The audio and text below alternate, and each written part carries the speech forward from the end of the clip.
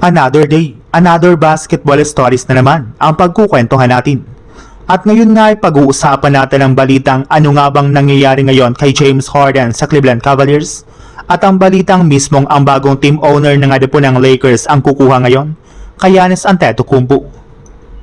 Baon na nga po sa 0-2 ang Cleveland Cavaliers sa kanilang Eastern Conference Final Series laban sa New York Knicks matapos silang matalo sa kanilang Game 1 at Game 2.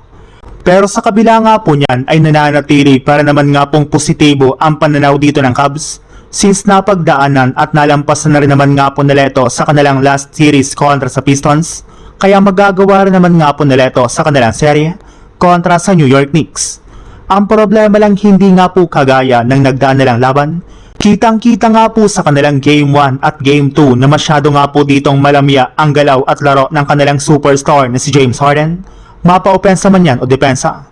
Hindi pa rin naman nga po talaga pumapasok ang kanyang mga ginagawang tira plus hirap pa rin naman nga po siya na bantayan ang mga players ng Knicks. Kaya isang malaking katanungan nga po ngayon kung ano na nga ba talagang nangyayari ngayon kay Harden, bakit bagsak ang kanyang kumpiyansa. Maituturing rin naman nga po na isa itong veterano kaya hindi nga po maintindihan ng mga fans bakit hirap siyang makagalaw sa playoffs. Well, kita nga po ninyo na wala nga pong rhythm ang galaw ni Harden. Samahan mo pa ng pagbagsak ng kanyang confidence since wala nga po siyang magawa para tulungan dito ang kanyang koponan. Nagiging liability lang naman nga po ito sa kanilang opensa at depensa.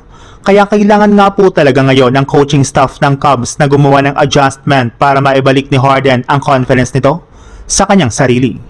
Sa ibang balita naman, kagaya nga po ng napag-usapan natin, questionable na nga po talaga ang future ni LeBron James sa Lakers since mas gusto nga po nito na sumali ngayon sa isang championship team. Ayaw rin naman nga po nito na magpababa ng kontrata na siyang posibleng maging rason para hindi sila magkasundo ng mismong management ng Lakers sa pagpasok ng offseason at ng free agency. At kapag nangyari nga po yan ay dyan na nga po papasok ang sinasabing plan B ng kanilang front office. Imbis nga po na kunin ng Lakers si LeBron, ay mas pipiliin na lang naman nga po nila na kunin si Giannis Antetokounmpo mula sa Milwaukee Bucks sa pamamagitan ng isang blockbuster trade. Well, kung akala nga po ninyo ay isa na namang bluff ang ganitong klaseng balita, dyan nga po kayo nagkakamali since may isang NBA insider na nga po ang nagsabi na desidido nga po talaga ang bagong team owner ng Lakers na si Mark Walters na kunin si Giannis Antetokounmpo. Kilala rin naman nga po ito sa mundo ng sports sa husay nito sa pagkuha ng malalaking pangalan kagaya ng ginawa nito sa Los Angeles Dodgers. Pwede nga rin naman nga po ito na gumastos ng malaking pera para lamang makuha si Giannis at maitandem ito kay Luka Doncic.